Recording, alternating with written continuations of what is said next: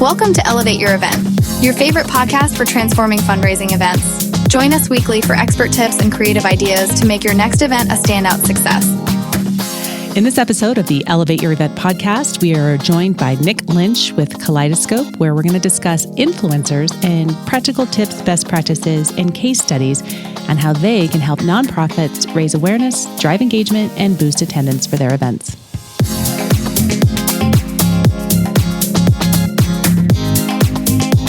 Welcome back to the Elevate Your Event podcast. We've got Jeff Porter here, CEO of Handbid, and Stephanie Mason. She doesn't want to tell you what she does at Handbid. She does a lot. And we are joined by a very special guest, Nick Lynch, who is the CEO and founder of Kaleidoscope. So, Nick, tell us a little bit about Kaleidoscope, how you got started, and what you guys do. Yeah, for sure. Hi, guys. Thanks for having me. So, my name's Nick. I'm the co-founder and CEO of Kaleidoscope. From a professional standpoint, I'm based here in LA. My background is mostly focused in advertising technology. For almost 2 decades, I've been building advertising solutions and marketing solutions for brands and advertisers to better target their audiences on digital and social media. Just to kind of date myself, I used to work at MySpace. Yeah. So I've been in the social media space for a very, very long time. I was in Tom's top 8, like that thing. If you or anybody else that's listening is as old as I am. But from a personal standpoint, I'm a cancer survivor. I'm a Make-A-Wish kid. I've been a part of the Make-A-Wish family ever since they sent me to Disneyland when I was 3. I'm really involved with the LA chapter here for the past decade. And at the beginning of the pandemic, when things started to shut down, nonprofits weren't going to be able to do in-person events. Kind of the first thing I thought of is like, what can I do to help? Right? I have kind of this digital marketing background, very, very involved philanthropically with the nonprofit space. What can I do using my background? And I knew that corporations were spending billions of dollars a year on CSR, corporate social responsibility, now this thing called ESG, and cause marketing and lots of other different areas. And they would gladly spend more money directly with causes if they had better insights and reporting into what those dollars actually were doing for the nonprofit. I also knew that influencers were this emerging media at the time. They weren't the creator economy yet, but they were this thing that was starting to really take hold. Advertisers were spending billions of dollars a year to partner with influencers to promote their products. And I knew that influencers also wanted to leverage their platform for good. So I knew if I could triangulate nonprofits, corporate partners, and influencers where there was vision and value alignment, I could create some opportunities to generate awareness for causes, drive funds for causes, generate interest and engagement around streaming events at the time. And so that was really the genesis of Kaleidoscope, and what we had built were these tools and solutions to better identify those partnerships and then measure the efficacy of those partnerships, so we could really see what we call the double ROI, return on investment for the corporate partner, kind of reach, awareness, engagement, some marketing metrics, and then return on impact. Like, what do those dollars actually do to that cause or for that cause? Did it drive new traffic to the website? Did it drive petition signatures? Like those types of things, dollars, event ticket sales, those types of things. And over the last 4 years, now I think it's been over 4 years now, which is crazy to think about, Kaleidoscope has really become like the Deloitte for social good. We really sit any place where there's media marketing and measurement for social impact. So it's been great. We've raised millions of dollars or helped raise millions of dollars for our amazing partners and reached tens of millions of people through all of our solutions that we've built. That's awesome. And so I would imagine, so when you talk about calculating the ROI, do you find that nonprofits have that information, or do they struggle getting you the information on kind of what some of those initiatives actually generate? Yeah, I mean, the 2 things that we really try to focus on is first try to think holistically. Like, ROI to us can mean a lot of different things.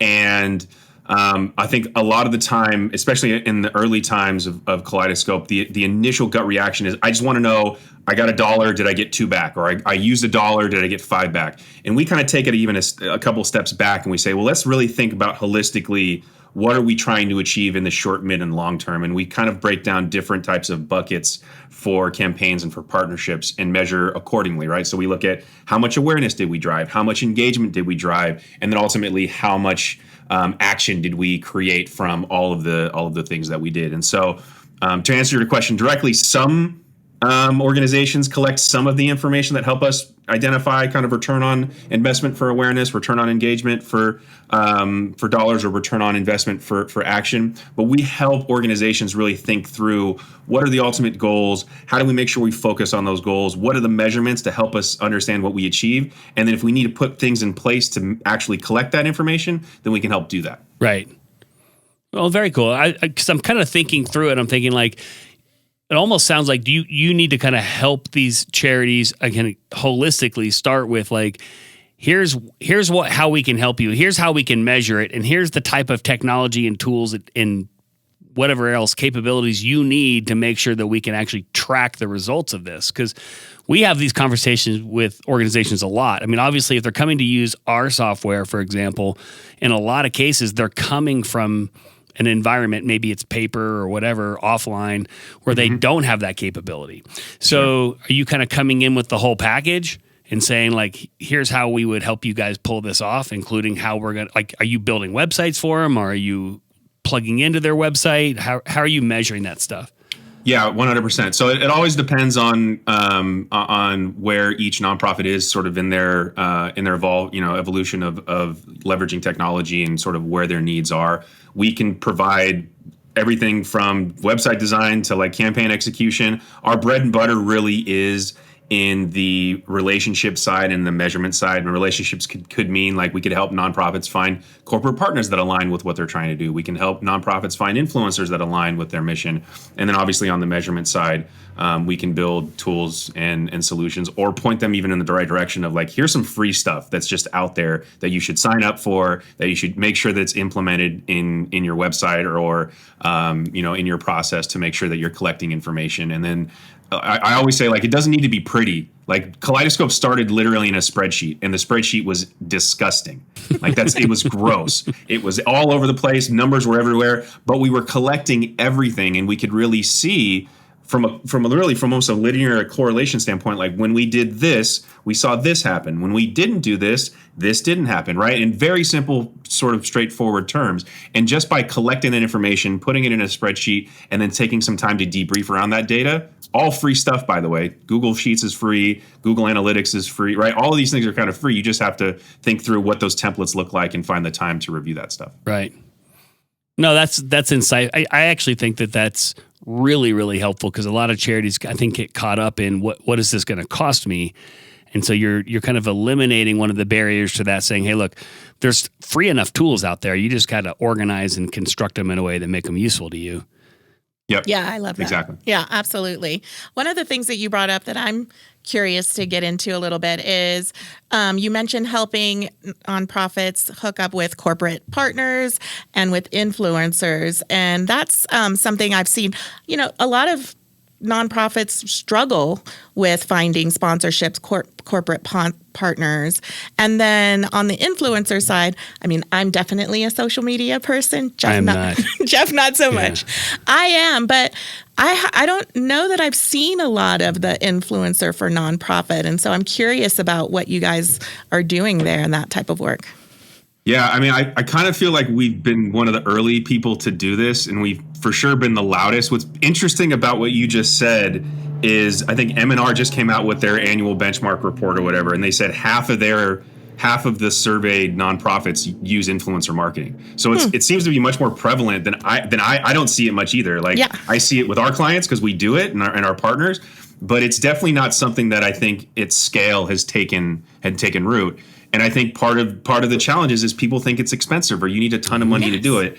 And so let me go back to your first question about corporate partners. So one of the things that we have really tried to over communicate is our philosophy of what partnership actually means. So not to be self-promoting, but I just wrote a book. Wiley's putting it out next week, and it really talks specifically about what the future of partnerships look like. And in that book, and what we've been doing Kaleidoscope for the last 4 years, is really looking at corporate partnerships completely different.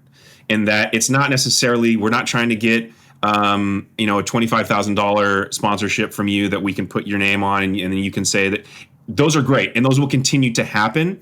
But we look at nonprofits almost like influencers themselves and media companies themselves, in that people want to be a part of the mission that those nonprofits are driving forward, and they want to be mentioned in the same sentences. That's why initially sponsorships happen.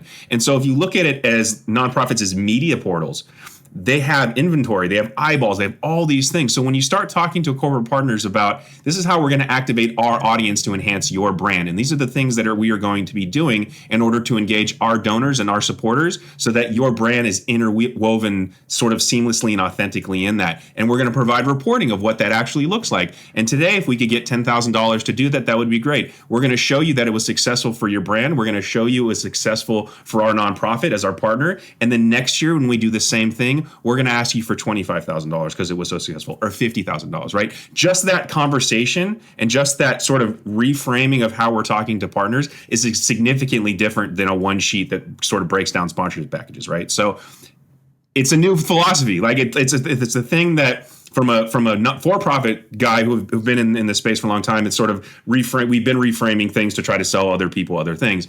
Now we're trying to take that same philosophy, but also sort of, again, back to the measurement and the metrics and the ROI, really position a partnership is mutually beneficial and scalable in ways that make sense. And then when you throw the influencer side in, now you're just amplifying what you're doing. Company Y, we're going to do all the things that I just said. And hey, we have this great partner who's a social media content creator. She's been talking about mental health for 2 years. She's got 50,000 people. She's going to amplify our partnership as well. Right? Like those are the types of ways that you start building these integrated, authentic partnerships and mutually beneficial partnerships that can really scale over time, that drives a ton of value for everybody involved. Right. So, all right. So I love that. I'm going to address the elephant in the room though, which is, does this really work for everybody? Because like take Make-A-Wish. Okay. Love them to death. So impressed that you're, still connected with them. We just did their event a couple weeks ago. We just did their event a couple weeks ago here in Colorado, and it's an amazing organization, but it's the Make-A-Wish Foundation. Okay. That to me sounds like an easier conversation to have with a corporate sponsor or an influencer than, like, for example, my charity, which is Prader-Willi Syndrome Association. It's a rare disease. It's got a much smaller footprint in terms of the types of people that it impacts or helps. So does this work across the board, or how do you change your strategy when you're dealing with, more of a niche charity or nonprofit versus somebody that has a really broad, I'd say appeal or impact? Sure. I mean, it's a great question. It's one I get all the time. The blanket answer is yes. Content creation and influencer marketing works across the board. And one of the biggest challenges, I think, and the biggest shifts that's happening in the philanthropy space or the nonprofit space is there's this widening gap of demographics. You sort of have people or donors or supporters of a certain age that have always been supporters of a nonprofit. They've been donating at a certain time and certain frequency. And then you have this younger generation that isn't necessarily tied to one mission or one nonprofit. They're highly active in certain causes, but their attention span may not necessarily be totally aligned. And so the best way to communicate with them is through social media, where the other way may not necessarily be the case. Social media content creators, there is nobody better at storytelling than these people online. They can take something extremely complex, and when I hear niche, I just hear like how it affects certain people, or what it affects, or how it affects certain people, or what that community looks like needs additional storytelling so that people can be more contextualized to what it is and what the mission does, and be more tangible so that there can be some emotional pieces to it. And so I believe, again, I'm super biased, but these people who make content online can take anything and make it a story and make it something that's tangible. And if there's audience alignment with these content creators, then there's a win there. And I think that there's millions of these content creators out there of varying sizes that are all open to a varying number of causes to be associated with or affiliated with. Mm-hmm. That makes sense to me. So, hey, look, the message is still there. The impact is still there. The care is still there. We just have to explain it at maybe a deeper, more intimate level for people to understand it. So that makes and I found this to be so, like, a good example of this is and I had no idea about this, but we've done some work with the ALS Foundation, right? And so, MDA, multiple, the MDA. So the MDA, they cover, I think, is like 30 or 45 different rare diseases under their umbrella, but there's only sort of an understanding of one, right? And so the fact that they do all of the, like their advocacy and their dollars and their support covers so many different rare diseases that I didn't know, that's an opportunity to do more storytelling and work with content creators to do more storytelling about what those rare diseases are, what is the work that they do for those rare diseases, why it's important, like all of those types of things, and leveraging in partners and content creators to do those things only benefit the nonprofit and the mission that they're driving for. That makes sense. You know, in muscular dystrophy's got like a huge variety of different variations to it. So to your point, you know, they're kind of an umbrella organization for a lot of, you know, different types of forms of it. And, you know, these other groups are fairly niche underneath it, and it would be hard for them. Let's talk about influencers for a second, because how connected or intimate does the influencer need to get with the cause in order to really tell that powerful story you're describing? I mean, what's this? Maybe walk us through the process. How do you get an influencer involved, and what do they typically do? How do they deliver the message? And what kind of examples can you share of impacts you've seen? Sure. So it all starts for us in what the goal is. So we typically bucketize sort of the conversation into 3 different goals. Are we doing this campaign and this partnership to drive awareness, eyeballs, and reach? Are we trying to do this campaign to create more engagement, get people to a website, maybe download a resource? Or are we getting people to straight ahead do something, like we want them to do something, sign up, buy a ticket, donate? What is the actual goal? From there, then we start aligning the types of influencers that would best fit into those particular goals. For example, if it's just an awareness goal and you want as many people as possible to be aware of it, as much reach, as much eyeballs on it, then you probably want to work with as large of an influencer as you have a budget for. And they don't necessarily need to be directly tied to or be directly associated with the cause, but they should have some sort of interest in it. There should be some authenticity into it, right? Mm-hmm. As you get sort of downstream into the engagement or the action piece, that's really where you want to partner with influencers or content creators that have some tie to a mission. So, for example, we work really closely with one of the largest adoption nonprofits. We do tons. For the last 3.5 years, we've done tons and tons of influencer marketing campaigns. Every single one of those influencers is either an adoptive parent or has been adopted or part of the foster care system, right? And so obviously those are directly tied to the mission and they can speak authentically about it. And ultimately, like, authenticity is the key word. If you are an influencer and you've never once talked about sustainability or environmental causes and you're trying to do a campaign around it, then maybe do the awareness bucket because you maybe have a large audience and we want people to hear and talk about it. But as you get down the line, if you've never talked about a particular issue or a particular mission, and all of a sudden you're talking about it, the likelihood of getting your audience to really engage with it in an authentic way or really do some type of action around it, that becomes less and less likely. Okay. So in terms of getting an influencer engaged, so if a charity came to you and said, hey, we have a desire to work through an influencer to drive whatever, maybe donations, ticket sales, you name it, are you helping them identify who the best influencer would be and then setting up that connection? Yeah. So typically when people come to us is we'll build out the campaign strategy. We'll create a campaign brief that sort of details exactly what we want to accomplish, how we want to accomplish it, what some visual references are, what are some talking points, what to say, what not to say, how to pronounce people's names, like very, very specific details around a campaign brief. And then based on that brief and the goals, then we'll go out and either leverage creators or influencers within our network that we've worked with before that align with that mission, or we'll go and do a broader search or a deeper search for influencers that are specific to what the campaign would call for. So I've got a question. What are some of the barriers to entry that you've heard from nonprofits that are keeping nonprofits from maybe getting into using influencers? And, how do you address those? Yeah, I mean, the number one thing is always cost. Okay, well, great. I love this. I would love to use influencers. I don't have $10, $20, $30,000 to spend on an influencer campaign. That's the one I hear by far the most often. There are 4 ways that you can fund an influencer campaign, and 3 of them are pretty much free.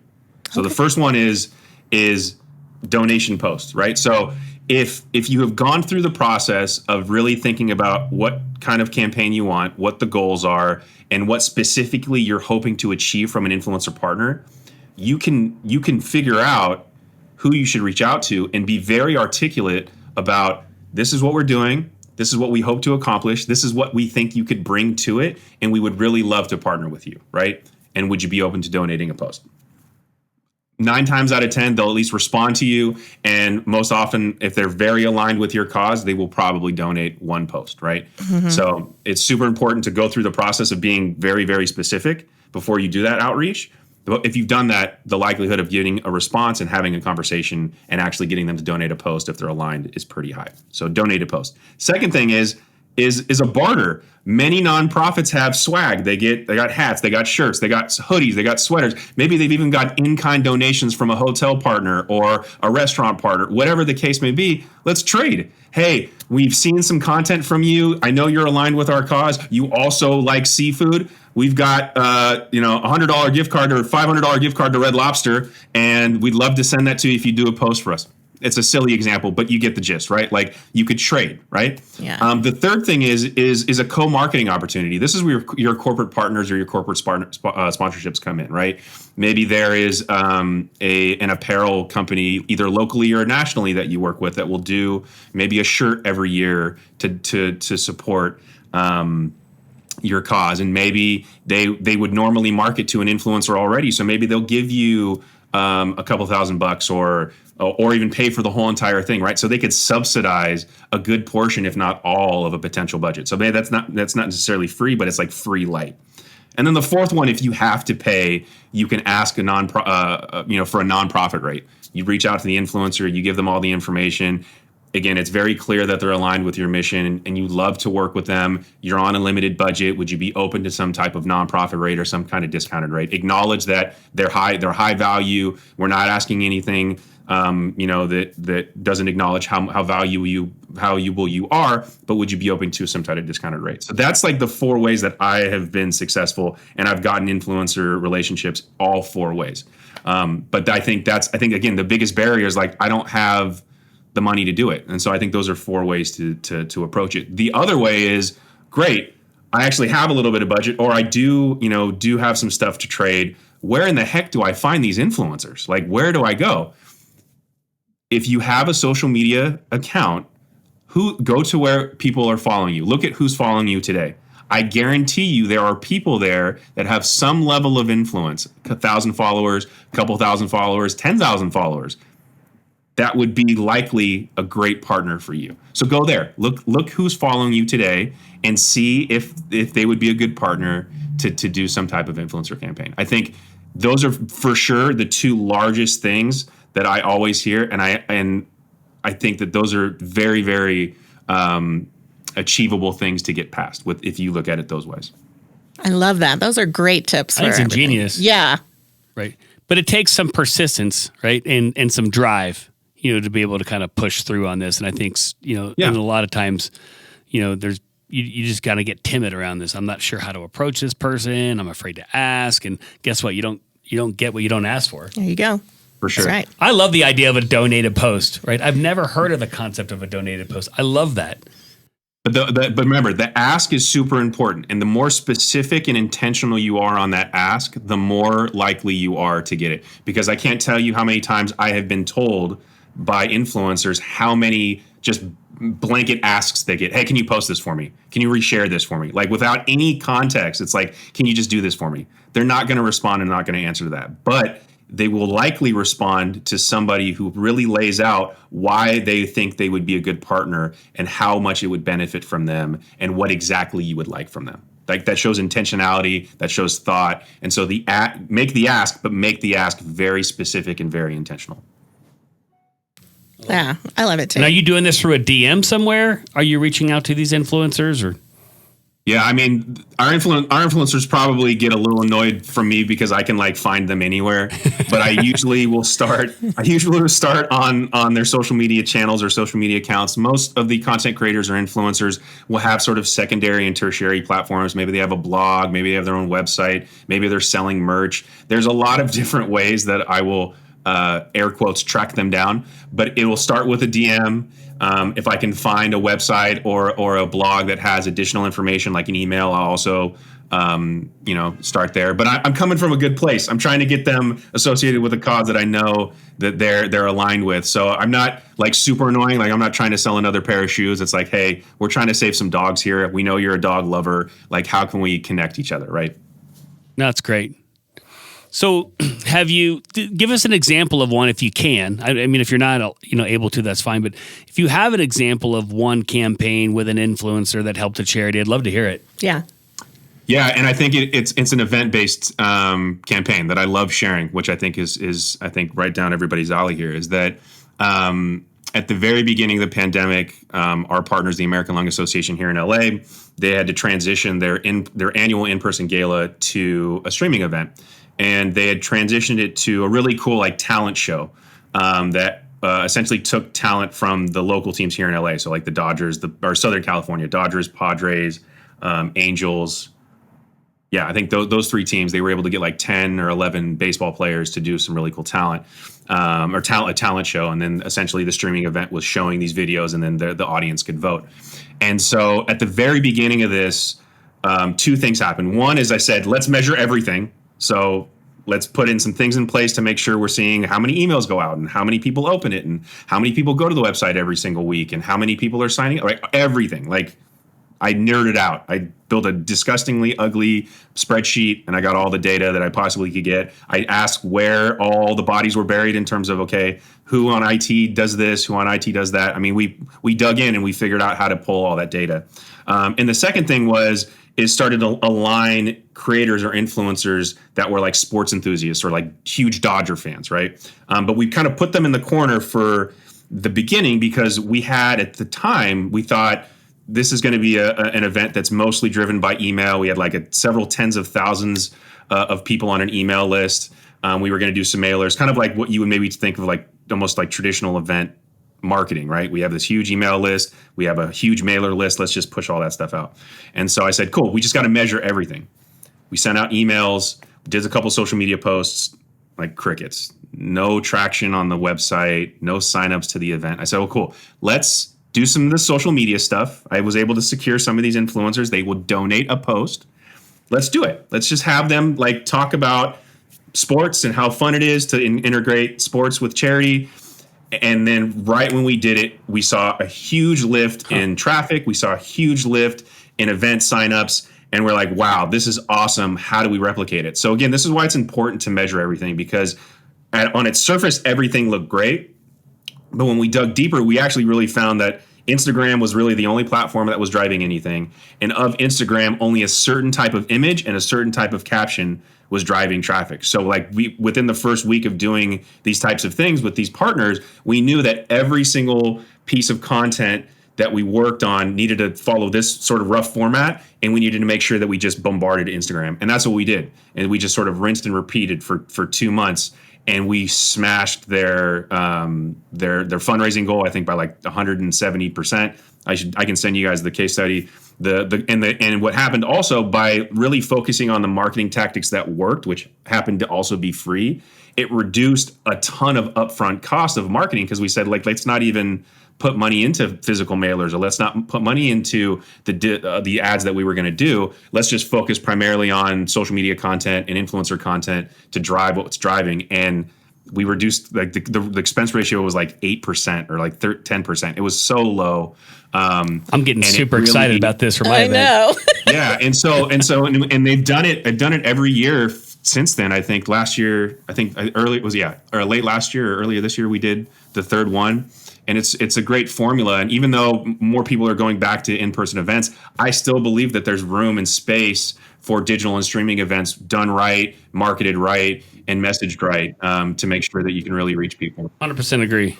And they're easy. In some ways, they're easier. Yeah. So how far out do you start? before the event?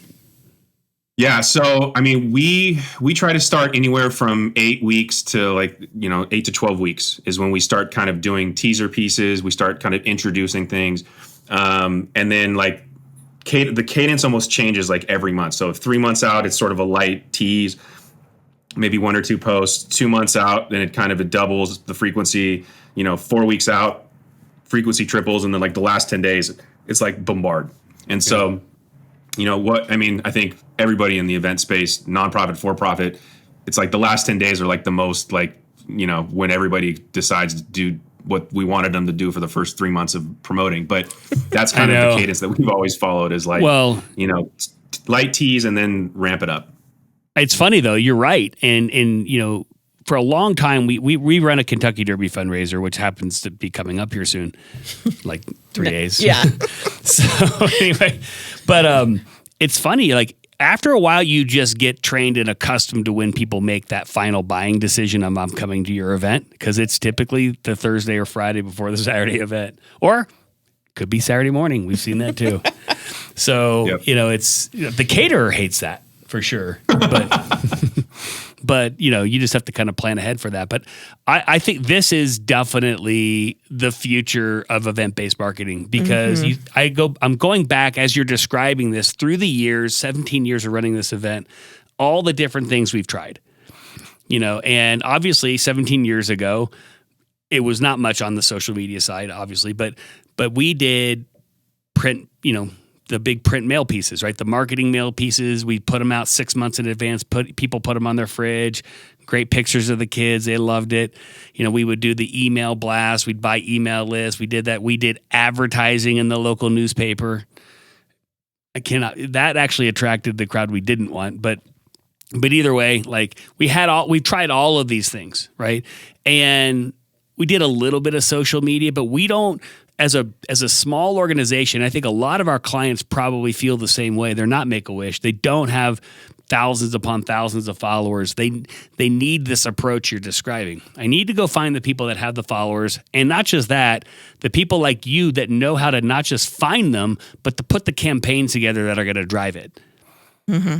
Because I'll tell you right now, organization like ours, I would say, is fairly typical, of the types of customers we work with a lot, and they don't have the expertise in-house. They might have a social media manager or somebody who's doing some posting, but to really think through how frequently am I posting?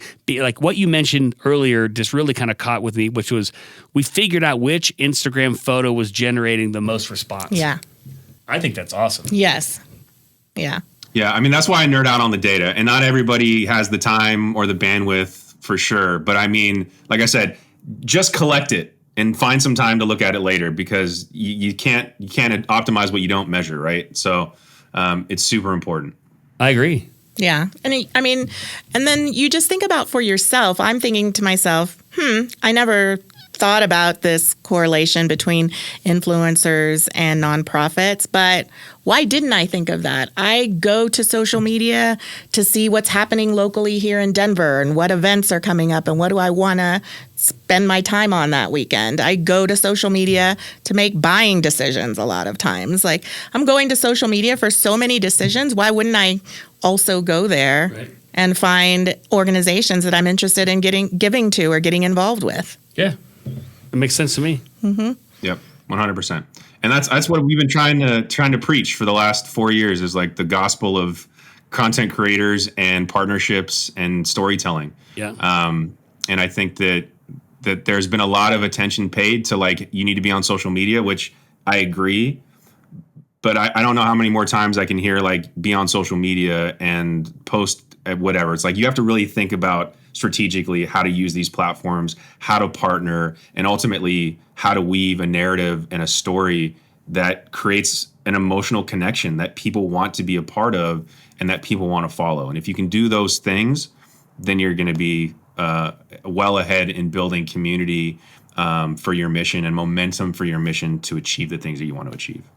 Yeah, and if influencers are the best at telling stories, which clearly they are, we've seen it, then why not let them tell your organization's story? Why not leverage that? Mm-hmm. Yeah. Yep, 100%. Maybe our ego's getting in the way. Maybe. Yeah. Well, you know what? We would love to connect our audience with you because I think you have a lot you can offer them. So why don't you let everybody know how they can get in touch with your organization, and then if there's any particular, other piece of information they need to know in order to engage with you, share that as well. Yeah, no, for sure. I mean, our website's Kaleidoscope.io. It's spelled almost kind of how it sounds, not with the K, but Kaleidescope, COLLIDESOPE.io, Kaleidoscope.io. My email is nick@kaleidoscope.io. I'm on LinkedIn. I don't like social media, even though I help and support it, but I am often and most frequently on LinkedIn. That is my social media vice of choice. And you can connect with me there. Again, we're also there, Kaleidoscope.io. Nick Lynch is on there.